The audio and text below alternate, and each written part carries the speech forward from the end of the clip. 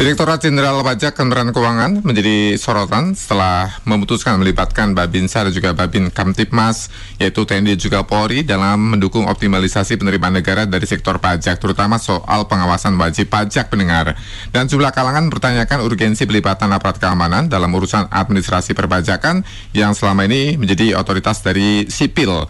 Kami ajak Anda untuk sedikit menyimak respon dari DPR karena ada keterangan pers kemarin yang disampaikan oleh Ketua DPR RI, Puan Maharani, yang juga merespon soal pelibatan Babinsa dan juga Babin Kamtibmas untuk wajib pajak. Berikut pernyataan dari Ketua DPR RI Puan Maharani. Ini jangan sampai menimbulkan ketidakpercayaan kepada masyarakat, karena kan beberapa waktu lalu pemerintah meminta kesadaran dari semua masyarakat untuk melaporkan pajaknya secara mandiri. Namun sekarang dilakukan hal tersebut. Jadi ini memang nanti di komisi terkait kami juga akan meminta keterangan terkait dengan hal itu, supaya kepercayaan dari masyarakat jangan kemudian menurun karena adanya paksaan atau hal lain yang membuat kesadaran masyarakat yang kemarin itu sudah mau melaporkan pajaknya secara mandiri kemudian menjadi berubah. Itu pernyataan dari Ketua DPR RI Puan Maharani yang merespon ya penggunaan atau penerapan Babin Kamtibmas dan juga Babinsa untuk pengawasan wajib pajak pendengar. Pemerintah sudah memastikan bahwa Babinsa dan juga Babin Kamtibmas tidak memiliki kewenangan melakukan penagihan maupun juga penegakan hukum perpajakan, melainkan hanya mendukung penyebaran informasi dan juga koordinasi di lapangan. Namun pertanyaannya adalah apakah pelibatan TNI dan juga Polri ini benar-benar akan meningkatkan kepatuhan pajak atau justru berpotensi menimbulkan persepsi intimidasi yang dapat menggerus kepercayaan wajib pajak terhadap otoritas pajak. Nah, kami akan bahas lengkapnya. Kali ini kami sudah tersambung dengan Direktur Eksekutif Indonesia Tax Care, Basuki Widodo. Elshinta News and Talk. Pak Basuki, selamat pagi Pak Bas. Selamat pagi Mas Asrofi. Ya, saya mau legal formal dulu ya sebelum nanti kita bahas implikasi psikologi dan sebagainya. Secara legal formal apakah boleh otorita keamanan baik polisi maupun juga otorita pertahanan yaitu TNI dilibatkan dalam pengawasan wajib pajak? Ya, sebenarnya begini, kita harus tahu tentang sebuah ilmu perpajakan. Ini kan masalahnya nih etika, adab ya dari sebuah pemungutan pajak. TNI, Babinsa dilibatkan dengan alasan untuk menegakkan kepatuhan. Lah, sekarang yang menjadi pertanyaan, TNI ini tahu apa tentang pajak? TNI adalah sebuah aparat penegakan hukum, di mana mereka itu hanya taunya bahwa masyarakat itu harus menjalankan sebuah aturan. Kalau enggak ya saya tangkap, kan cuma itu. Sedangkan pajak itu adalah sebuah kesadaran dalam membayar pajak, dan itu dibutuhkan sebuah edukasi, sebuah informasi tentang sebuah aturan-aturan bagaimana menjalankan kepatuhan itu. Pajak itu tidak mudah loh. Itu apalagi semakin kesini pajak ini semakin rumit gitu loh. Bagaimana seorang TNI kok bisa melakukan penyuluhan? Ini yang nggak masuk akal kalau menurut saya. Jadi saya lihat Mas Rofi, arah dari pajak ini semakin nggak karu-karuan gitu loh. Jadi masyarakat cuma bahasanya satu, kamu bayar atau kamu akan mendapat hukuman penjara, pidana atau semacam denda yang berlipat-lipat. Jadi ini sudah merusak kalau menurut saya, merusak dari sistem pajak, merusak dari sistem kepatuhan yang ada di masyarakat gitu loh. Jadi aturan pajak ini sudah tidak punya lagi standar bagaimana membangun sebuah kesadaran pajak. Terlebih harus ingat bahwa prinsip pajak kita itu bukan official assessment system, tapi yang namanya prinsip self-assessment system, di mana self-assessment system ini adalah membangun kesadaran masyarakat, bukan lagi menggerakkan sebuah kekuatan melalui aparat, melalui petugas pajak, mereka datangi, mereka tekan, itu udah salah. Kita pernah melakukan itu. Dengan sistem official ini pernah kita lakukan dan kita gagal total. Korupsinya luar biasa, merajalela di mana-mana. Jadi cara-cara seperti ini mau diulang lagi. Sebenarnya problem ini kan problem dari mana sih? Dari APBN yang mengalami defisit. Dan itu juga APBD juga. Jadi akhirnya apa? Pemerintah pusat maupun pemerintah daerah semua mengejar kepada target. Nah, kalau kita perhatikan atas target-target ini apakah berdampak kepada yang namanya nanti APBN. APBN sendiri memang mungkin masuk uang, tapi kan penguatan daripada nilai-nilai rupiah itu tidak ada nantinya terhadap efek ekonomi kepada rakyat nantinya. Jadi sama aja tidak berdampak semuanya. Tapi secara legal ini. boleh ya Pak Bas ya? Secara legal boleh? Ya kalau bisa dibilang boleh atau tidak, negara kok ini semua yang jalankan kok. Siapa yang bisa melawan negara? Itu yang jadi pertanyaan kan. Tapi dampaknya kan kalau kayak gitu, dampaknya baik secara kepatuhan maupun juga psikososial yang bisa terbangun di masyarakat, dampaknya apa Bas? Masyarakat melawan, masyarakat tidak suka. Sebenarnya apa yang diinginkan pemerintah dari cara-cara seperti ini? Ini kan seperti negara hadir tidak melindungi rakyatnya. Ini apa bedanya dengan kita waktu dijajah dengan Belanda? Iya kan? Kemudian apa? Ini hati-hati. Ini akan menjadi sebuah bumerang nantinya, di mana rakyat akan melawan dan petugas-petugas pajak ini akan tidak mampu untuk apa? Untuk mengejar wajib pajak nanti. Nah, ini juga harus kita komparasi dengan legal formal Undang-Undang TNI atau Polri. Apakah boleh atau enggak ya? Kita cari data dulu nanti tuh. Apakah mereka boleh dilibatkan untuk jadi pengawas wajib pajak tuh? Undang-Undang TNI Polri mah boleh kan ya kira-kira ya? Nggak bisa Pak, itu ininya Mas Asrofi. Nggak bisa ada cara-cara seperti ini sebenarnya. Sudah melebar kemana-mana nanti itu. Jadi sebenarnya ini yang harus dipertanyakan. Sebenarnya keinginan pemerintah ini terhadap pajak ini apa sih? Ya kan? Uang pajak untuk MBG, untuk ya dia hambur-hamburkan begitu aja. Sekarang bagaimana masyarakat itu bisa bayar kuliah sampai ratusan juta di negeri itu mahal sekali. Sedangkan pajak ini ditekan terus ke rakyat, tapi sebenarnya ini kan sebuah pencapaian semu. Saya katakan pencapaian semu di mana? Pajak ini ditarik untuk menutup APBN, tapi nilai rupiah semakin menurun loh. Ini yang harus dipikirkan dan harus nyampe pejabat-pejabat kita. Jangan rakyat terus ditekan. Nanti akhirnya hancur semua, rusak semua nantinya. Yeah. Kami ada data terbaru nih Pak Bas, yaitu soal bagaimana agresifnya pemerintah daerah menarik pajak-pajak buat masyarakat secara langsung. Bahkan warung kelontong saja sekarang dipajaki oleh pemerintah daerah. Apakah juga berhubungan dengan itu ya, soal ruang fiskal kita yang semakin sempit, termasuk sekarang juga pelibatan TNI Polri untuk pengawas wajib pajak. Tapi sebelum ditanggapi, nanti kami juga sampaikan di udara ya bagaimana Vox Populinya, masyarakat yang sudah merasakan dan menceritakan bagaimana daerah-daerah memunguti pajak-pajak bahkan hingga warung kelontong. Kita ke masyarakat dulu, Pak Kodai di Kemayoran, Jakarta Pusat. Pagi Pak Kodai. Selamat pagi Pak Asrofi. Iya, silakan Pak Kodai. Ya, kayaknya kita kayak balik zaman, bukan sekedar penjajahan Belanda ya, kayak zaman kerajaan zaman dulu gitu. Ini negara kalau udah neken rakyat langsung tuh. Jadi upeti bukan pajak Pak? Ya, sama aja. Ada yang langsung ke rakyat juga langsung. Gitu loh. Jadi sama nih. Jadi maaf gini ya, tupoksinya kan beda. Jangan TNI Polri ya udah banyak kerjaan, padahal tupoksinya itu dia untuk menjaga keamanan pertahanan nih. Kalau TNI Polri untuk keamanan nasional tingkatannya sipil. Terus disuruh kemarin ngurusin pertanian, MBG.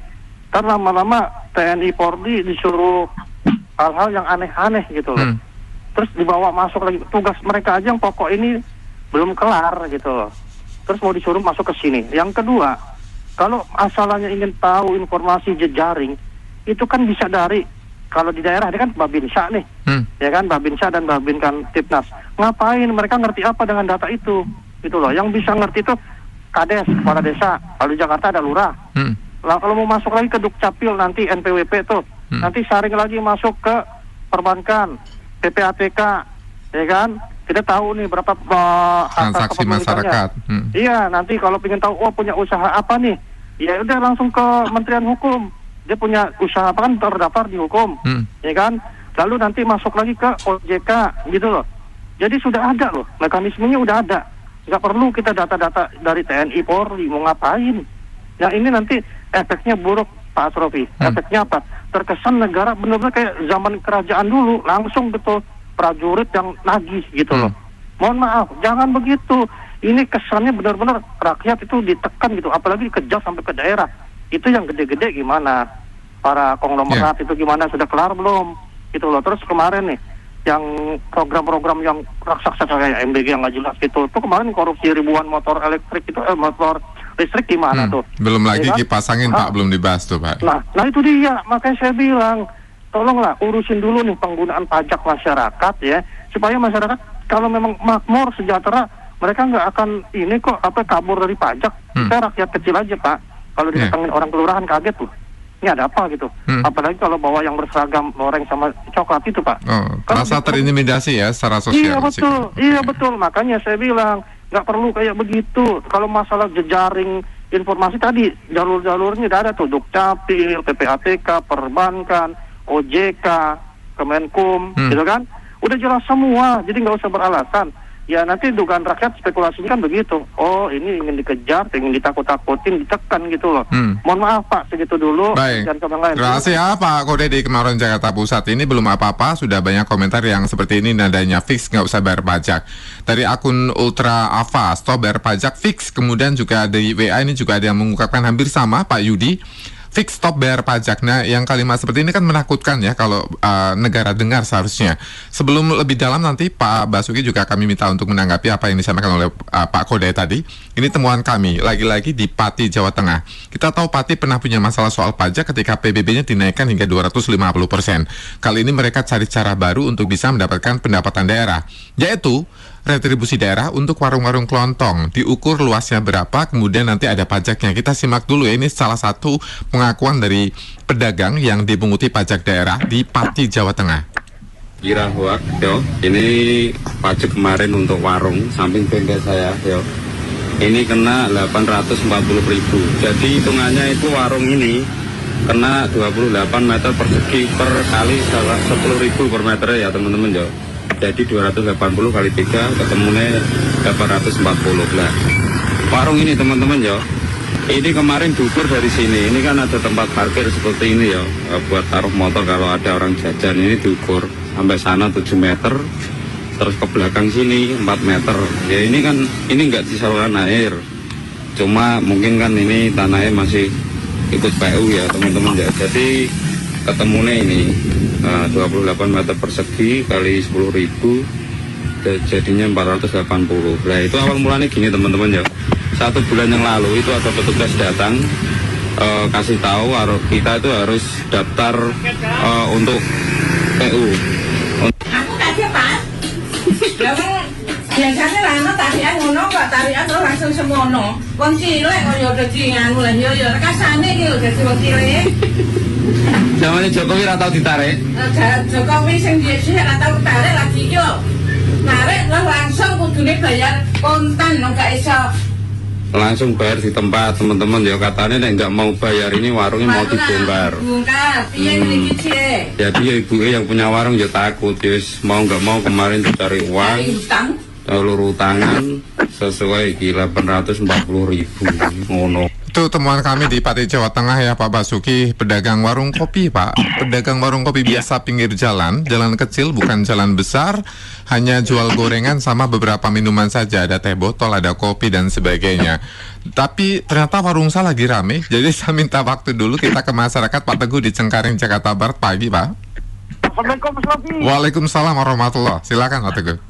Kayaknya sih kalau setahu saya zaman Orde Baru memang ada untuk TNI Polri itu ya untuk lagi pajak. Cuma bukannya pajak warung-warung atau yang lain, pajak kendaraan umum. Cuman nggak nyampe ke rumah-rumah, dia khususnya cuma jalan raya.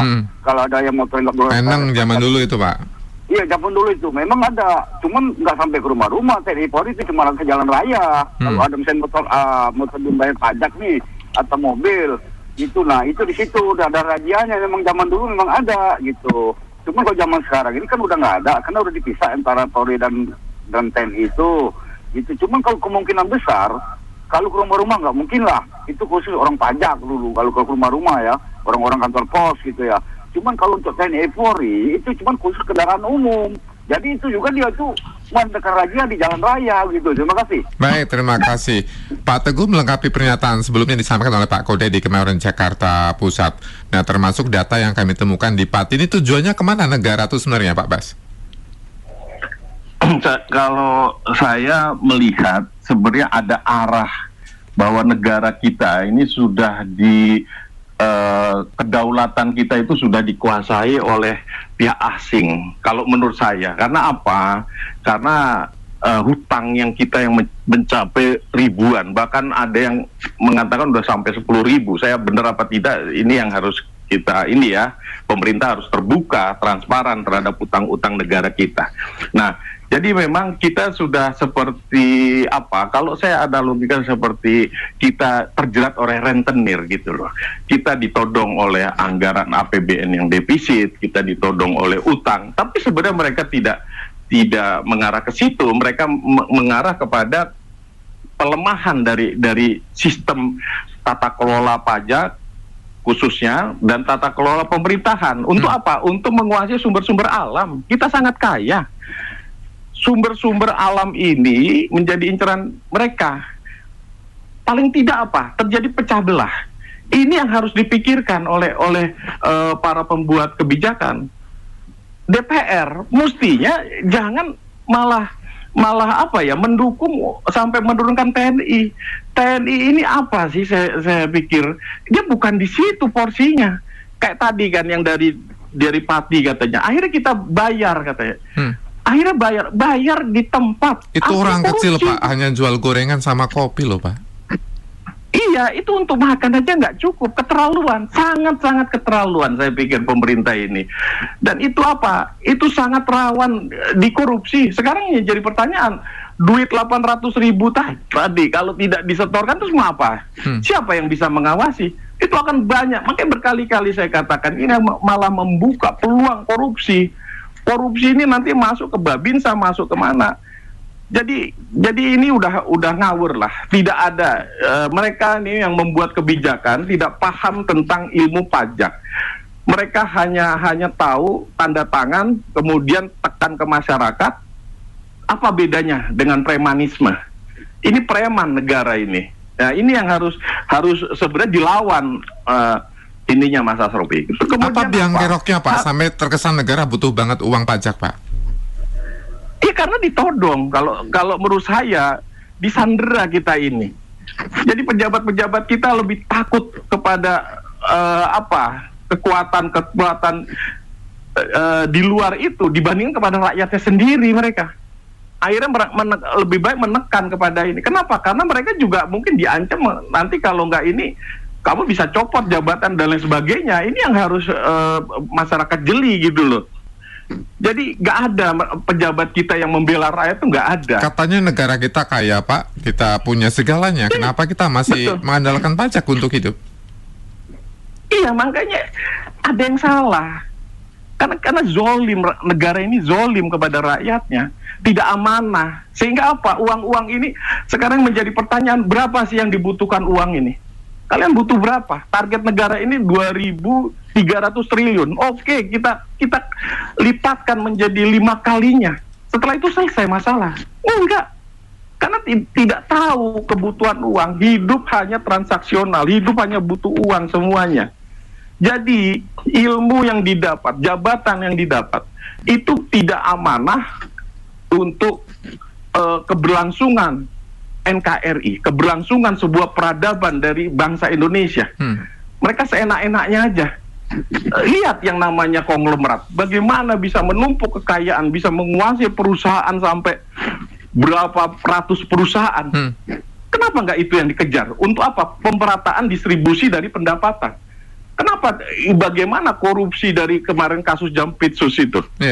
Uang ditemukan luar biasa triliunan pada satu orang. Korupsi ditemukan bagaimana uang itu satu gudang numpuk. Kenapa tidak mengejar ke sana?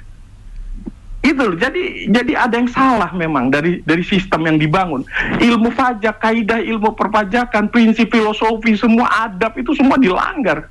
Tapi hati-hati, kalian tidak akan bisa menjalankan seperti itu. Kita akan hancur semua kalau caranya begitu. Makanya kemarin di wawancara kami di CNN, Purbaya bilang akan menyasar kepada orang kecil. Ini udah benar-benar keterlaluan kalau menurut saya. Seharusnya apa, Pak? Kalau negara butuh uang banyak untuk pembangunan, let's say ya, buat pembangunan, seharusnya apa yang dilakukan oleh negara? Gini loh sebenarnya Mas Sofi, kodrat kita hidup itu tidak perlu uang sebenarnya. Sebenarnya loh, kalau mau tahu filosofi tentang sebuah hidup manusia itu tidak perlu uang. Uang ini kan diciptakan oleh manusia. Kita ini kan disediakan oleh alam semua. Kita harus bekerja untuk merubah alam. Apalagi Indonesia kaya raya. Negara yang sangat minus saja bisa hidup. Apalagi Indonesia yang kaya raya. Yang diperlukan adalah kerja. Tapi kita terjebak oleh ambisi-ambisi dan kerakusan dari orang-orang yang tidak amanah. Sekarang yang menjadi pertanyaan sederhana, siapa yang menjadikan kita berutang sampai ribuan triliun itu, sampai turun ke anak cucu, dan kita tidak merasakan atas utang-utang itu? Ini yang menjadi sebuah dilema, kita akhirnya terjebak semua. Sebenarnya uang memang diperlukan, oke. Tapi bukan semua diselesaikan dengan uang gitu loh. Sekarang kita lihat, kita meraih kemerdekaan dengan apa? Bambu runcing. Bambu runcing itu tidak perlu beli, ada di mana-mana. Kita bisa membangun, bisa meraih kemerdekaan dengan sesuatu yang disediakan oleh alam. Kita ini dikelilingi oleh makanan, laut, isinya makanan semua. Tapi negara masih mengandalkan pajak, 80% pendapatan kita dari pajak. Iya, sampai akhirnya sebuah ide cerdas retribusi, ya itu pajak juga kan. Retribusi apa tadi itu? Uangan dikali-kali ide. Iya, kemudian orang suruh bayar. Dan sekarang masih Pak, bukan hanya itu ya, motor-motor itu di parkiran juga diperiksa, ditempeli stiker belum lunas pajak. Itu dampak dari politik pemerintah kan, soal keuangan kan, kebijakan fiskal pemerintah pusat kan? Iya, betul itu. Jadi ditunggu di SPBU, di parkiran tempelin seperti ini.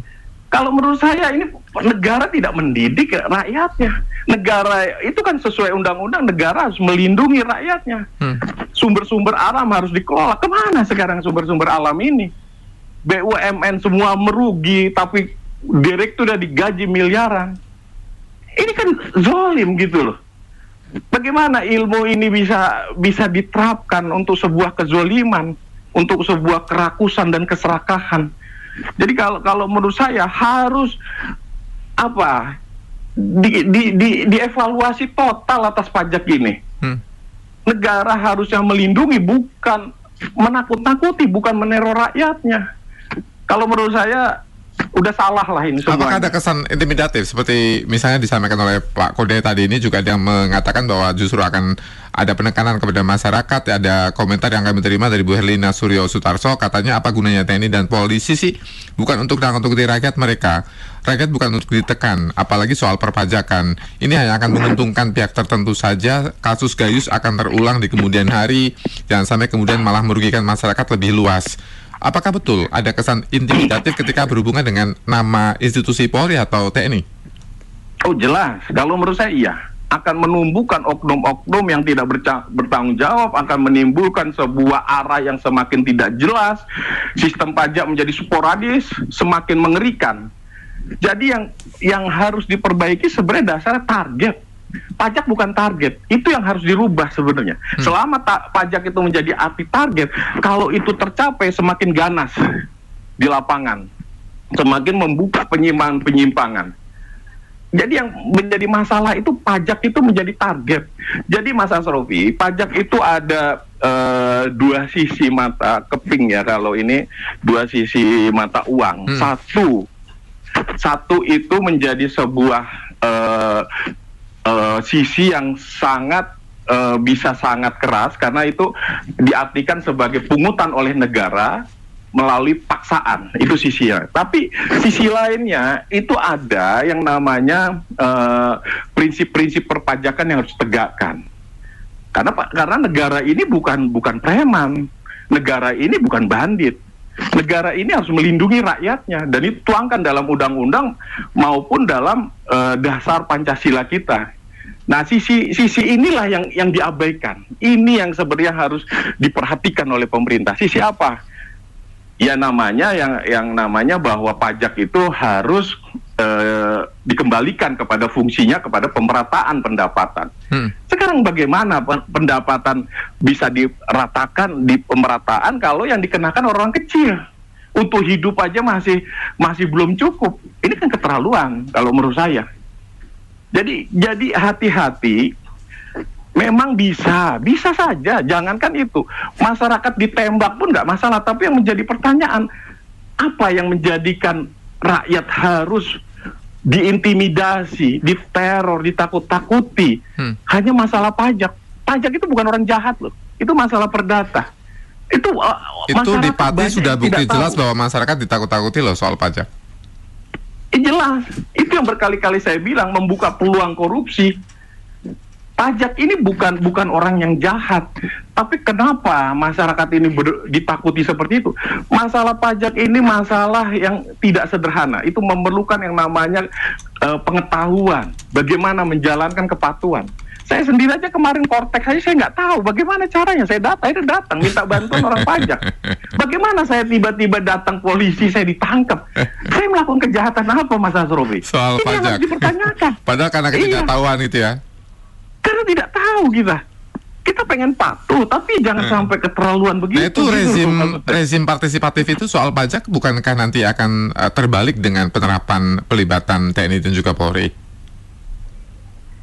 Iya, maksudnya berbalik apa? Masyarakat akan melawan kalau menurut saya. Dari partisipatif akan jadi apa kalau ada dalam tanda kutip itu pelibatan aparat? Iya, menjadi perlawanan, nggak suka loh. Waduh. Aparat ini kan dalam rangka untuk apa? Keamanan, ketertiban, segala macam. Dilibatkan dengan pajak, ngerti apa dia pajak? Paling ujung-ujungnya apa? Negosiasi kan? Ya kayak tadi 800.000 dibayar. Sekarang apa jaminan itu disetor ke negara? Begitu banyaknya nanti mereka masuk ke kampung-kampung, ke gang-gang, hanya untuk mengejar uang. Terus uang ini masuk ke APBN. Terus mau apa gitu loh? Terus tiba-tiba ada yang bawa meteran ngitung-ngitung tanah kita gitu. Iya, itu nanti malah sulit. Di pajak itu ada yang namanya prinsip ekonomis. Prinsip ekonomis itu artinya pajak dipungut. Itu biaya pemungutan itu tidak boleh melebihi pajak yang dipungut. Sekarang bagaimana? Aparat, petugas pajak turun begitu luar biasa, itu yang didapat apa untuk biaya mereka? Siapa yang mau digaji, dibayar untuk mengutin seperti itu? Akhirnya apa? Ya sudahlah, negosiasi lah. Saya capek-capek begini. Kan semua pikirannya begitu nantinya. Mungkin RT, RW dilibat, itu sudah. RT, RW yang nanti juga terlibat korupsi. Jadi kalau menurut saya ini cara-cara yang tidak bijaksana lah kalau menurut saya ini. Coba para pembuat kebijakan, termasuk ketua DPR kita, pahami ilmu perpajakan. Pajak itu ada ilmunya. Jadi jangan asal main tanda tangan, aturan ditetapkan, udah tinggal tekan aja. Tapi kan pemerintah mengatakan bahwa mereka bukan jadi petugas pajak, hanya jadi pengawas wajib pajak saja. Apa bedanya konsep penerapan di lapangan nanti jatuhnya menurut Pak Bas? Ya itu, mereka karena tidak paham, mereka tanda tangan, fatal akibatnya. Main ketok palu, turunin aparat, turunin nanti mungkin tentara, terus kemudian apa? Buka lapas penjara untuk memenjarakan masyarakat, kan ngeri. Serem kali gara-gara pajak kita di penjara, bukan itu perdata. Ya iya, bisa saja memang ada aturannya kok pidana. Itu yang mau dipakai sekarang yang menjadi pertanyaan. Waduh. Makanya ini harus dievaluasi, lakukan reformasi pajak. Kemudian apa? kita mau membangun pajak ini apa? Makanya saya kemarin audiensi dengan DPR November 2025, saya bilang pemerintah harus merancang sebuah peta jalan, sebuah grand design pajak. Apa yang kita inginkan dari pajak ini? Bukan pajak ini dikumpulkan semaksimal mungkin, kemudian duit ini kemana tahu dihambur-hamburkan, korupsi merajalela, salah itu. Itu saya katakan itu bersalah itu.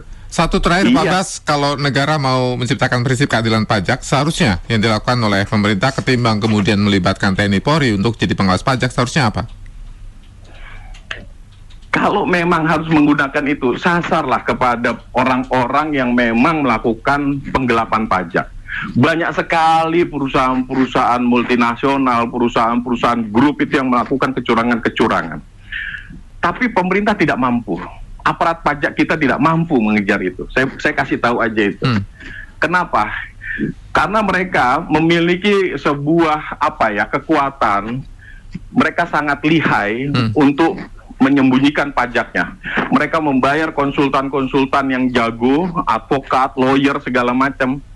Dan itu membuat kewalahan aparat pajak. Bukan pakai buat masyarakat kita, kecil ya? Artinya pakai buat mereka yang punya duit yang selama ini melakukan kejahatan pajak. Siapa? TNI Polri itu bukan ke masyarakat kecil, tapi ke mereka yang melakukan kejahatan pajak di level-level gede elitis. Iya. Oh iya, tapi itu pun juga sudah sudah tahap akhir. Sudah tahap akhir di mana mereka melawan. Seperti misalkan kemarin yang ditangkap itu siapa? Febri itu bisa menumpuk uang sampai luar biasa triliunan seperti itu. Itu kan banyak sekali. Itu bukan 1-2 loh Febri, banyak loh. Itu harus diturunkan. Negara harus hadir. Jangan orang-orang ini melecehkan negara. Nah, tentara dihadirkan untuk memberantas itu, bongkar berangkas-berangkas yang terjadi itu. Sekarang Mas Asrofi, banyak itu oknum-oknum yang naruh uangnya emas dalam bentuk batangan di salah satu bank itu. Saya ada yang kasih tahu itu. Datanya ada ya, sebenarnya tinggal dicari saja. Mudah-mudahan segera ada jawabannya dari pemerintah, karena juga kita butuh keterangan yang lebih dalam ya dari pihak pemerintah. Pelibatan jenis apa, batasannya apa, SOP-nya bagaimana, jangan sampai kemudian masyarakat meresponnya seperti sekarang ini. Nanti kita bacakan karena begitu banyak sekali WA yang kami terima. Pak Bas, terima kasih atas waktunya Pak Bas ya. Ya, sama-sama. Sehat-sehat terus Pak Bas, selamat pagi Pak Bas. Direktur Eksekutif Indonesia Tax Care Basuki Widodo.